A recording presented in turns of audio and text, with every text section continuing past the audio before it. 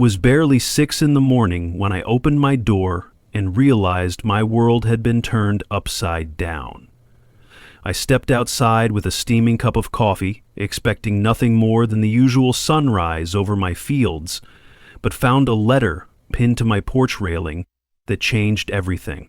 In bold print, it declared that I no longer owned the 1,500 acres of farmland my family had held for generations, that somehow an HOA presided over by a woman named Karen had purchased it outright. At first, I thought it had to be a joke or some bizarre clerical error. The name Karen was scribbled at the bottom. She referred to herself as the president of Magnolia Crest HOA, a name I'd never even heard of until that moment. She claimed, in a tone so smug it practically dripped off the page, that from this day forward I was trespassing on land I used to call my own. I remember my fingers going numb, my coffee growing cold, and my eyes scanning the horizon of wheat and sunflowers swaying in the early light. It felt as though the earth had shifted beneath my feet. No meeting, no phone call, no negotiation, just a curt letter taped to my porch, telling me that everything I owned, everything I'd worked for, was no longer mine. I shook my head, trying to make sense of how an HOA could possibly have jurisdiction here. My farmland was nestled at least 15 minutes from the nearest suburban neighborhood, separated by a stretch of dusty highway that few people traveled unless they had business out here. I'd heard stories of homeowners associations pushing residents around, fining them for having the wrong paint color or the wrong kind of mailbox, but I had never imagined that an HOA could march into rural territory and claim ownership of property that had been in my family for 3 generations. With my heart pounding, I dropped the letter and tore open the flimsy envelope attached. Inside was a set of documents, fancy letterhead, official-seeming seals, each page filled with language about transfer of title and cooperative agreement. My signature, or what was supposed to be my signature, scrawled at the bottom in suspiciously neat handwriting. Whoever had forged it didn't even bother to replicate my usual loops and sharp edges. They must have assumed no one would scrutinize it. I would have laughed at the audacity if I hadn't been so furious. Setting the coffee aside, I grabbed my phone to call a friend who worked at the county recorder's office. He'd once helped me straighten out a boundary line dispute when a new neighbor planted hedges 2 feet into my land. But as the phone rang, I saw something that made my blood run colder. A row of freshly painted stakes driven into the ground along the edge of my fields. Each was marked with the initials MC for Magnolia Crest HOA. They must have done it at night, sneaking around with flashlights, hammering those stakes into the soil my father and grandfather had tilled. My friend didn't answer right away, so I tried again and again, then texted him, urging him to call me back. I needed answers. How could they file a deed transfer without my knowledge? How could the county allow such a travesty? Rage coursed through my veins as I marched down the porch steps, practically ripping one of the stakes out of the ground. The nerve of this Karen, thinking she could bulldoze my entire heritage with a stack of counterfeit forms. An hour later, still seething, I found myself behind the wheel of my old pickup, driving toward the county courthouse. The original documents proving my family's ownership were locked in my glove compartment. Dust from the back roads trailed behind me, and I took a shaky breath to calm down. If I stormed in there like a madman, I might just make things worse for myself. Yet every time I pictured Karen's face, imagined how she might look with that self-satisfied smirk as she declared my property hers, I felt my knuckles go white on the steering wheel. I'd never met her, didn't know what she looked like, but in my mind, she had the persona of someone who thrived on controlling others, who treated farmland as just another real estate opportunity. My father always used to say that city folks would love to pave over every blade of grass if they thought they could make a buck. That might have been an exaggeration, but now I wasn't so sure. At the records department, I got shunted from one counter to the next. No one seemed willing to give me a straight answer. A clerk with tired eyes flipped through the digital files and confirmed that yes, the system showed a sale to Magnolia Crest HOA, signed and notarized 6 months ago. My mind spun. 6 months? Could it have been that long since the fraud started without me even knowing? I demanded to see the original documents, demanded to know who notarized them and where the money had supposedly gone. The clerk shrugged, tried to push a form toward me so I could request the official copies, then said something about a backlog that might delay everything by a few weeks. I nearly shattered my phone in frustration, but I walked away, determined to handle this properly. The last thing I needed was to get arrested for causing a scene in a government building. I felt powerless, though. It was like stepping into quicksand. On the drive back, I remembered my old friend Derek, an attorney who specialized in property disputes. We used to fish together, though it had been a couple years since we last talked. I found his number in my contacts and dialed. He picked up on the third ring, sounding groggy even though it was well past noon. "I need your help," I said without preamble. I gave him a rundown of the surreal situation. He let out a low whistle, then told me to email him copies of everything I had. By the time I got back to the farm, I was scanning documents on my old printer, trying to keep my temper in check every time I saw the bogus signature. This was going to be a long battle, but at least Derek was in my corner. He told me, if this signature is forged, that's a felony. We can blow their entire scheme out of the water. That gave me a flicker of hope. Later that evening, I received an unexpected visit from 2 men in business suits. They introduced themselves as representatives of the Magnolia Crest HOA, though they didn't bother to give me their actual names. One of them handed me a letter typed on heavy paper, an official notice of compliance that spelled out what the new owners expected from me. They wanted me off the property by the end of the month. They insisted that if I didn't remove my personal belongings, my farm equipment, my livestock, everything, I'd be trespassing and subject to criminal charges. I asked them point blank where Karen was. They just smiled thinly. "Miss Karen is aware of the situation," one of them said, "but she prefers not to engage in face-to-face conflicts with individuals who can't respect the law." I stared at him, dumbfounded. The arrogance. They couldn't even see that I was the real property owner, that I respected the law far more than they ever could by forging documents. Feeling the heat rise in my cheeks, I tore up the letter, right in front of them. One of them smirked before turning away, muttering something about me making a terrible mistake. Part of me wanted to block their car from leaving, but I clenched my fists and let them go. Physical confrontation might have been satisfying, but it wouldn't solve the deeper problem. The days that followed were a haze of back-and-forth phone calls with Derek, fruitless attempts to contact county officials, and worried glances at my fields, where more of those MCC stakes kept appearing. Derek recommended we conduct a thorough title search on my end, verifying that my rightful inheritance was properly recorded. He also wanted to find out how the HOA orchestrated their plan. "This can't be a coincidence," he said. "Somebody's been greasing palms or forging signatures in a big way." Meanwhile, the presence of that alleged HOA was growing. One morning, I woke up to find a new fence line erected about 300 yards into my crops, with a sign "Property of Magnolia Crest, no trespassing." It wasn't just a bureaucratic move. It was a physical invasion. I took pictures, documented everything, and sent them to Derek. He told me to keep calm, told me we were building a strong case. My neighbors started asking questions. They'd heard rumors that I was selling out to a big developer. More than one friend approached me at the diner, wanting to know if it was true. I had to explain the entire fiasco, watched their eyes widen with shock and then narrow with suspicion. A few folks sympathized, saying these HOAs were always meddling where they didn't belong. Others shrugged it off, figuring the farmland would eventually become suburbia anyway, so why fight it? That angered me. This casual acceptance that farmland was disposable, that a legacy like mine could be paved over in the name of progress. My father used to talk about the intangible worth of these fields, how the soil was enriched by the sweat of our ancestors.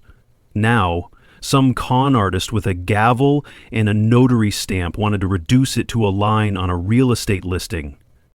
Then one afternoon, a battered old pickup truck pulled into my driveway and out stepped a woman who introduced herself as Rosa, a longtime homeowner in the original Magnolia Crest neighborhood about 10 miles away. She looked exhausted, lines of worry etched into her brow. She told me she'd heard from a friend in town that the HOA had set its sights on my farmland. Karen is behind all of this, Rosa said. She's done it before, in different ways. Fines, intimidation, going after older residents who can't defend themselves. Rosa explained how Karen had climbed the HOA ranks by presenting herself as a champion of order and beautification. In reality, she was cunning, building alliances with local officials, always threatening litigation until people yielded. Rosa shared that Karen was rumored to have backing from a wealthy developer who wanted to expand the suburban sprawl. She'd begun speaking about a new exclusive community that would blend farmland aesthetics with modern luxury. That's when I realized Karen didn't just want my land. She wanted every last inch of it to fulfill her vision of a country chic paradise. Rosa apologized for not coming forward sooner. She was afraid, but her conscience told her that what they were doing to me was wrong. Before leaving, she wished me luck. "We need someone who can stand up to her," she said. "She always picks on the people who are alone." Encouraged by Rosa's account, I started digging deeper. Derek found more evidence of shady dealings, a pattern of official approvals granted unusually fast, land surveys that didn't align with older county records, and suspicious campaign donations to the local planning commission chair.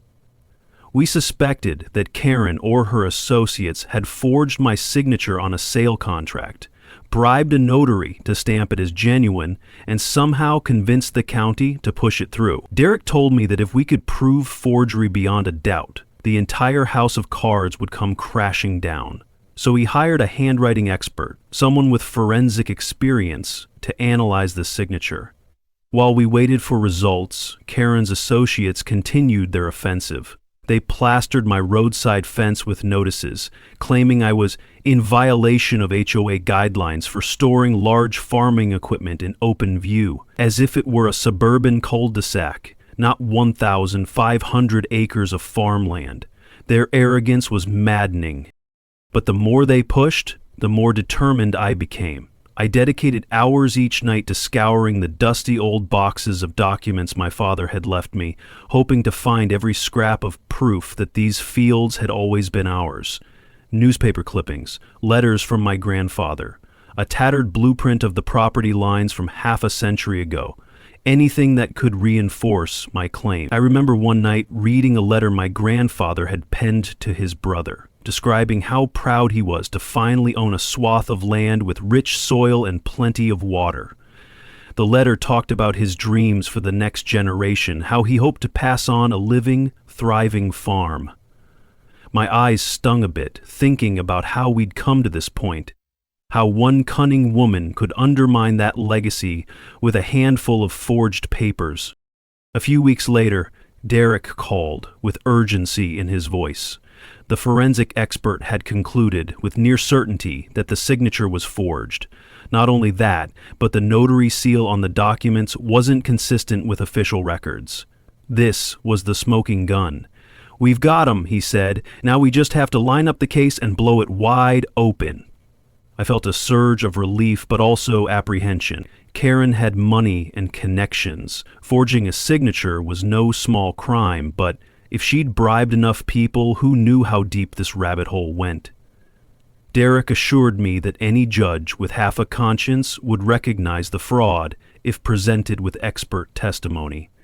Our plan was to file a formal lawsuit demanding the immediate nullification of the so-called sale and restitution for all the damage the HOA had caused.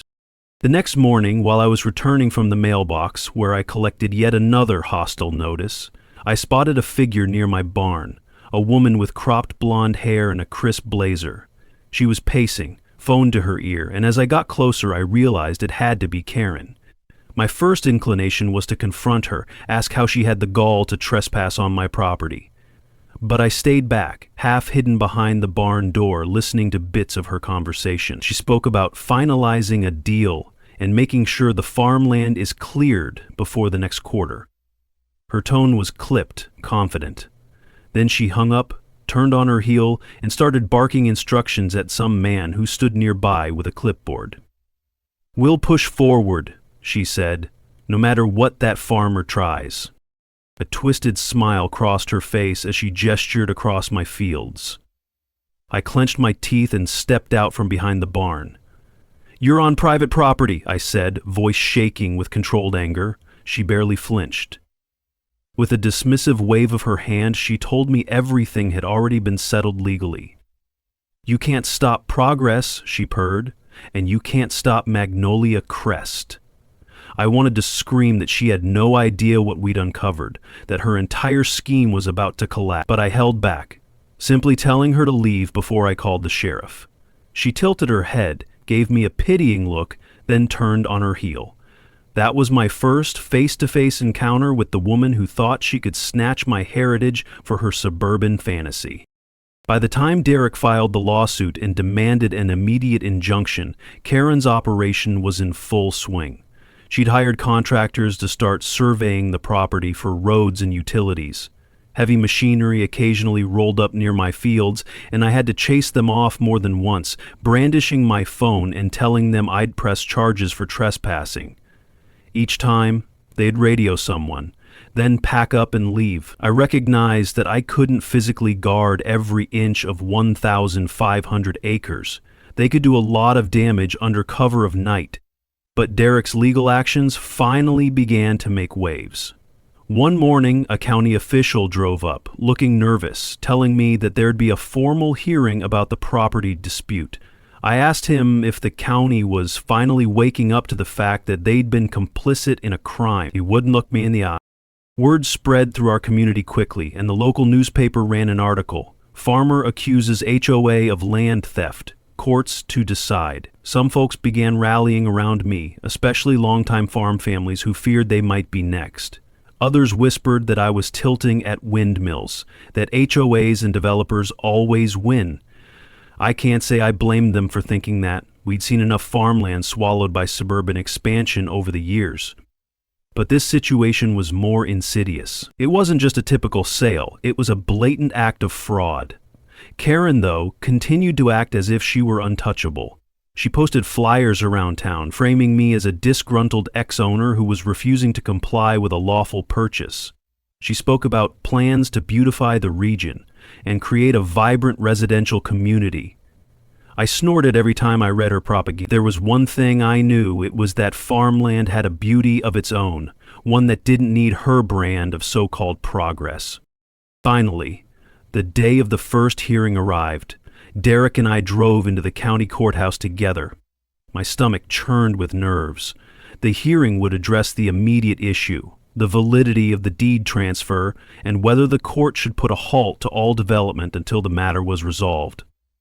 Karen showed up with a small entourage of suits, likely lawyers and PR specialists. She wore a tailored outfit and carried herself like someone who'd already won. We barely spoke in the hallway, though I could feel her glare like a hot iron pressed to my back. Inside the courtroom, Derek presented the forensic evidence on the forged signature and the questionable notary stamp. Karen's lead attorney tried to dismiss it as inconclusive, accusing me of forging the forgery, which made me clench my fists.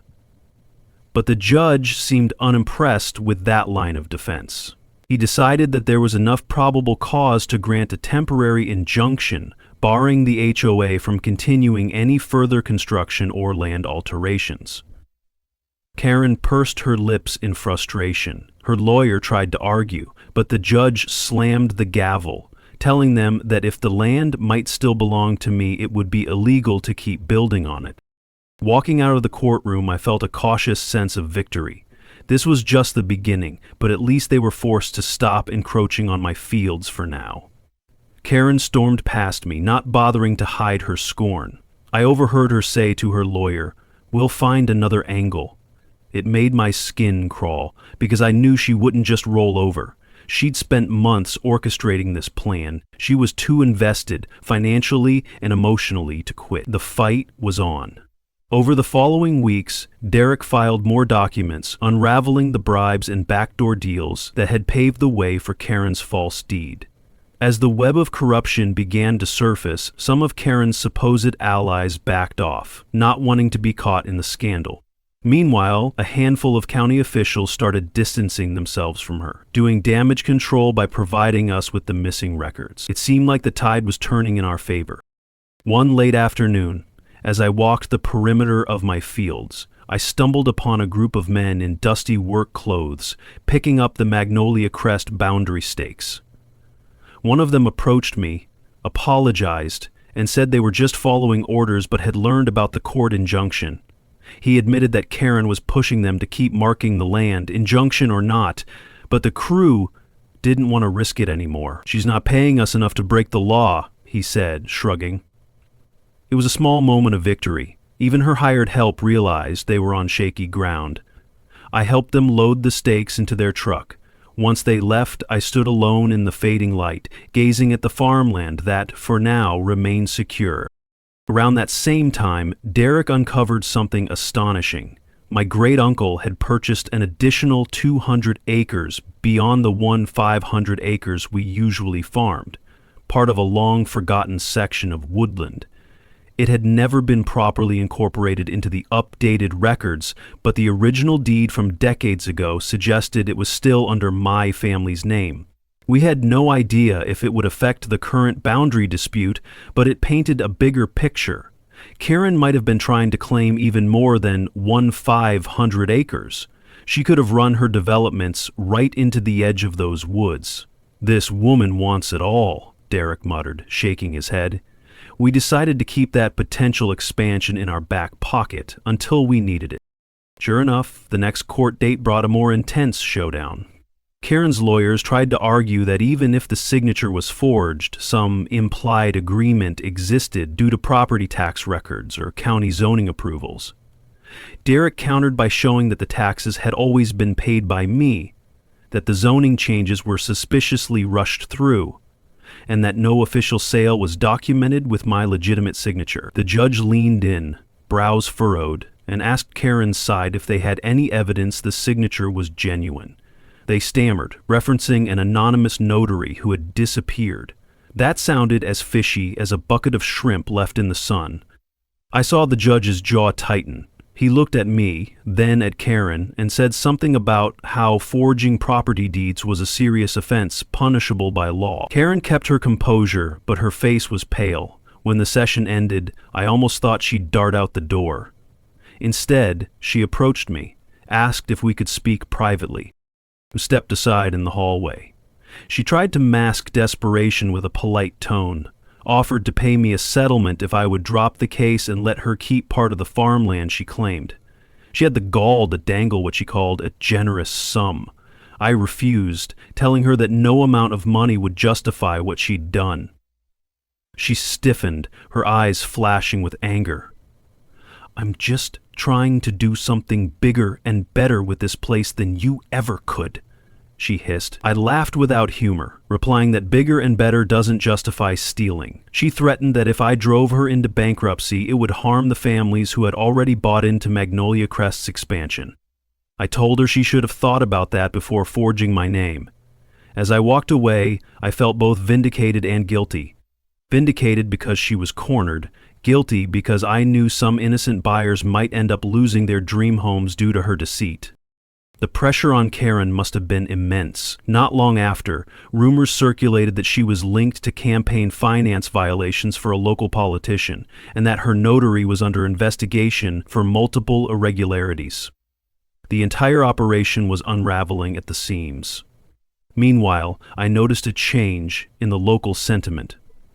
People who had doubted me began offering support, dropping by with encouragement or telling me they hoped the land stayed farmland. Even the local paper wrote an editorial calling Magnolia Crest's methods a cautionary tale of greed. Derek was confident we were headed for a strong victory, but he warned that Karen might still try a last-ditch effort. That effort came in the form of a countersuit accusing me of unjust enrichment, claiming that I'd used the county's resources to maintain my land while refusing to comply with the sale. It was a nonsensical argument, a desperate grasp at straws. Derek laughed when he read it, calling it a Hail Mary pass, but we couldn't ignore it. We had to respond. The final court hearing was set for a month later, and in that time both sides prepared for a knockout blow. Karen tried to intimidate me with more fines for non-existent HOA violations. Her associates harassed my neighbors, telling them that if they supported me, the HOA might expand to their properties next. That only fueled more resentment against her. It was as if she didn't know when to quit. When the day of the final hearing arrived, the courtroom was packed. Reporters, local residents, and a few anxious faces I recognized as prospective homeowners in Magnolia Crest lined the benches. Karen sat at her table, posture stiff. Her lawyers shuffled papers, looking grim. Derek and I took our seats, ready to present the mountain of evidence we'd gathered. The forged signature analysis, the questionable notary's record, the bribery traces, the timeline of boundary stakes, the abrupt rezoning permits, and every harassing letter Karen had sent. The judge listened intently, occasionally asking pointed questions. Karen's team tried to defend their client's actions, but they had no good answers for the forensic proof of forgery. They resorted to blaming clerical errors and misunderstandings, but no one in the courtroom seemed convinced. At last, the judge made his ruling. The deed transfer was declared null and void.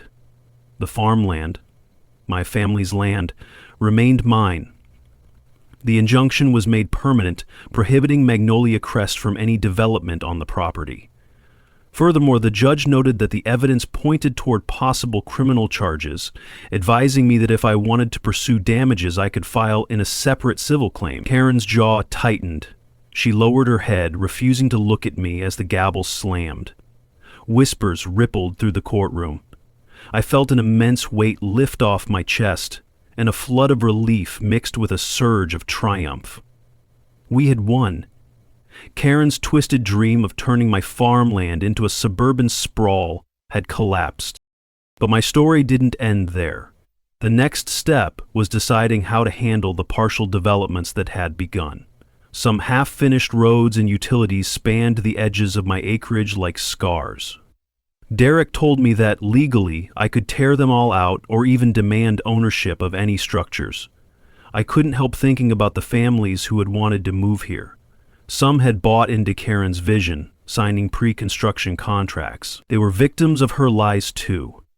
I met with a few of them, explaining that they'd have to negotiate with me directly if they still wished to live on a slice of land here. It was a complicated moral tangle.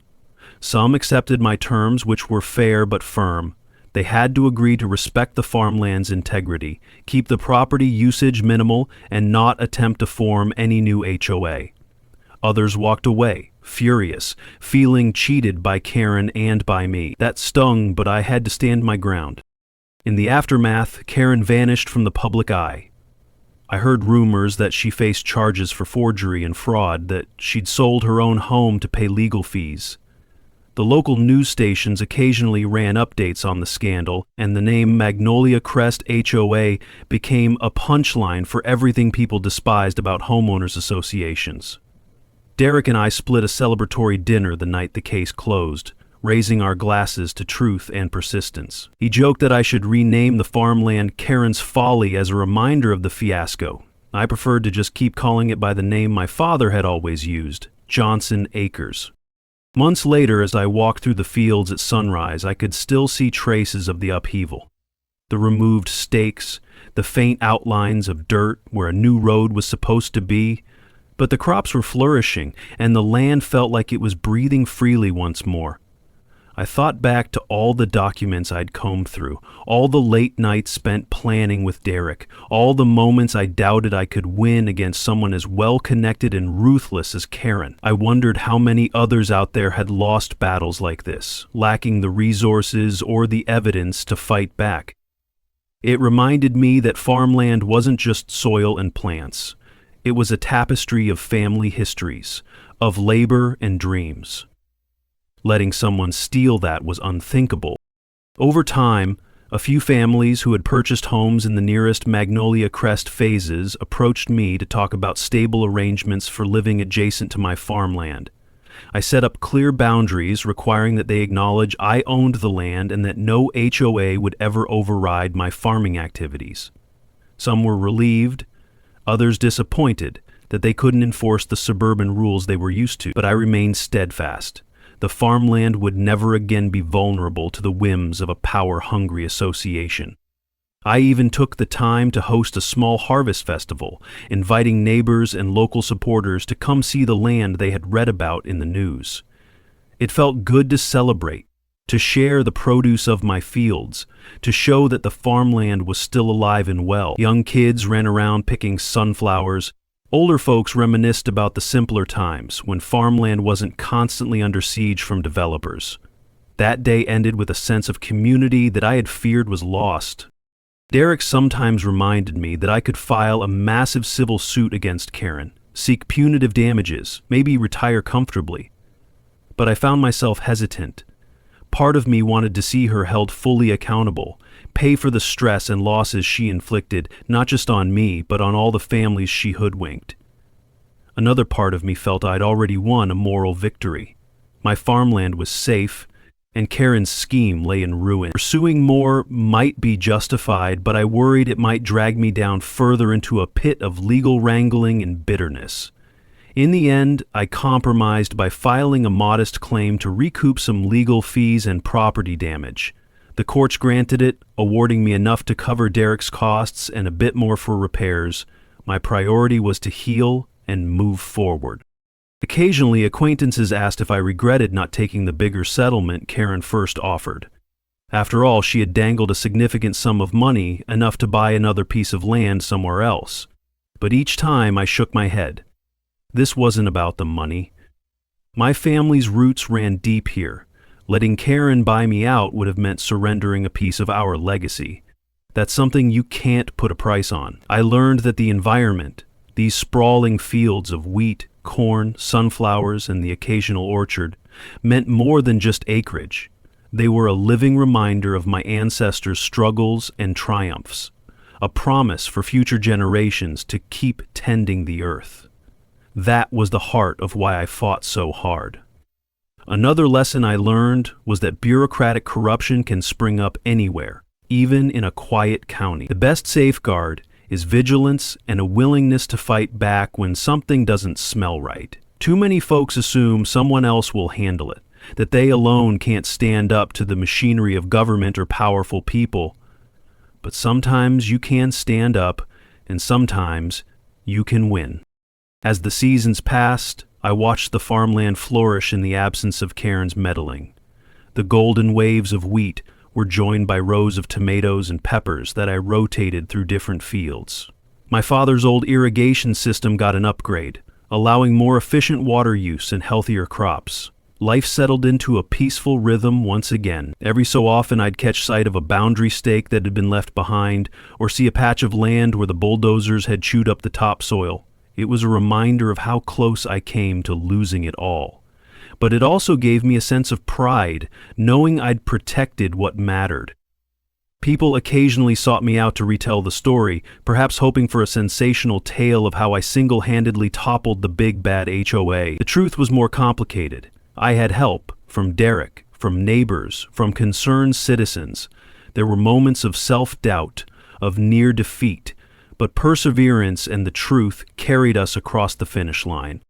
Rosa, the homeowner who first warned me about Karen's ambitions, continued living in the original Magnolia Crest area.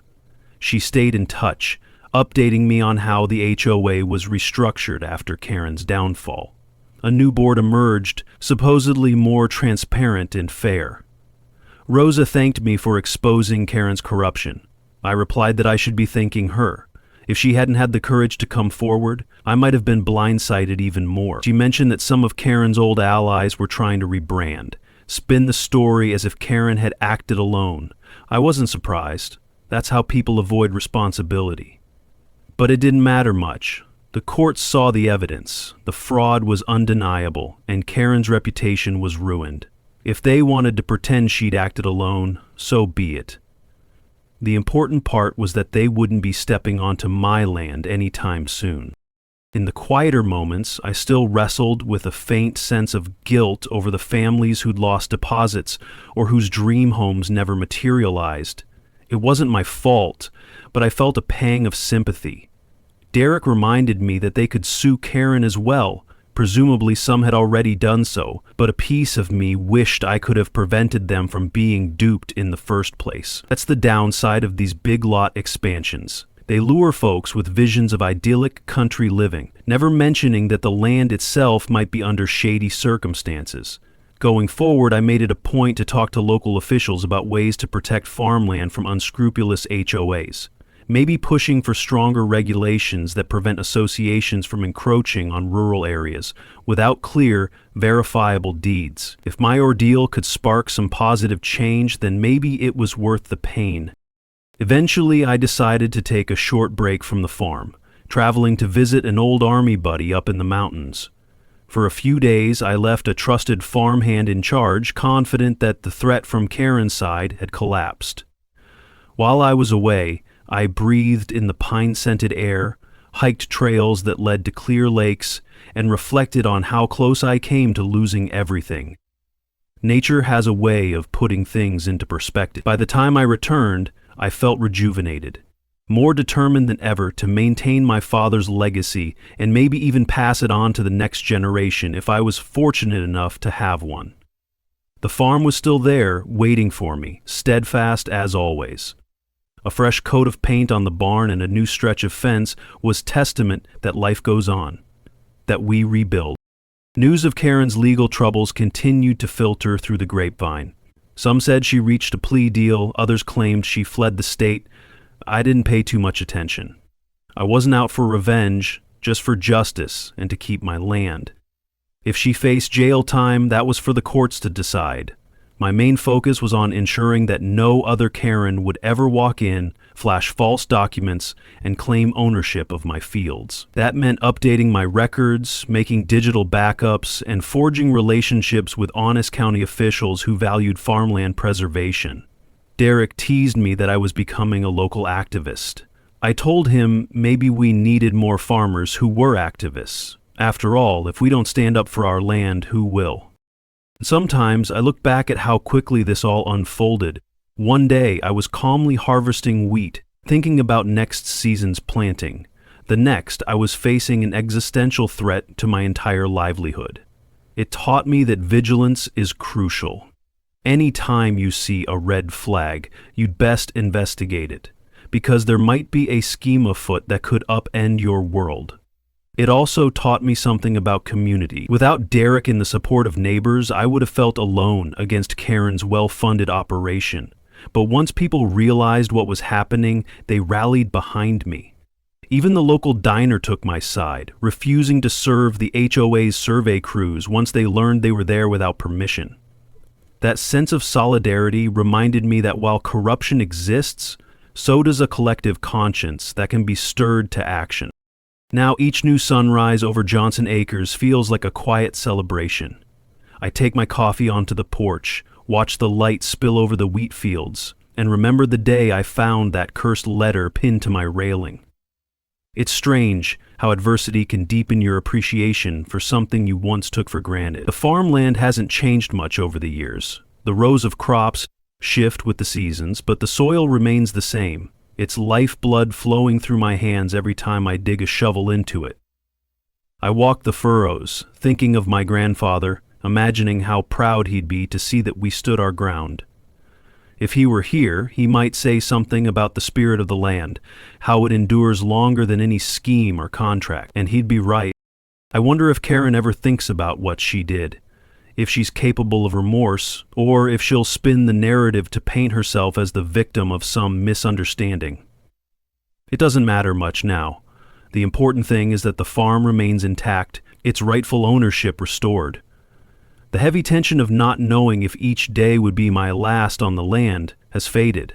replaced by a steady calm. Occasionally I'll catch sight of a hawk circling overhead or hear the distant lowing of cattle, and I'll be filled with gratitude that we overcame.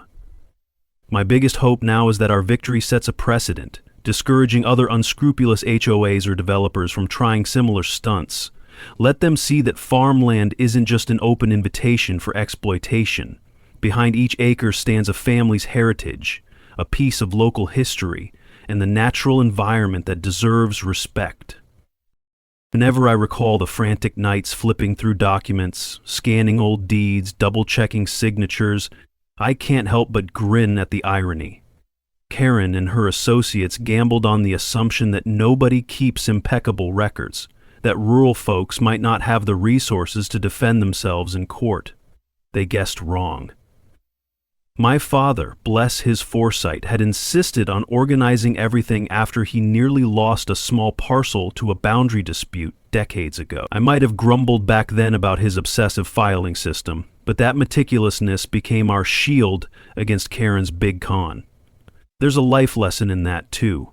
Sometimes the tedious things we do to protect our rights turn out to be the difference between losing it all and standing tall. Late one evening, as I strolled through the barn, I remembered the first time I took the reins of this farm after my father passed. I was so anxious about living up to his legacy. Over the years, that anxiousness transformed into quiet confidence, but nothing tested my mettle quite like Karen's scheme. The fact we prevailed, that I can still open these barn doors and look out onto the moonlit fields, is a testament to resilience and a refusal to yield. The farmland stands as a silent witness to my father's dedication, to my grandfather's dream, and now, to my own fight for justice. Nothing compares to the hush of a clear night under a vast sky, the land gently breathing, unconcerned with the petty machinations of those who see it only as a commodity. That's why I fought. That's why I'd fight again if necessary.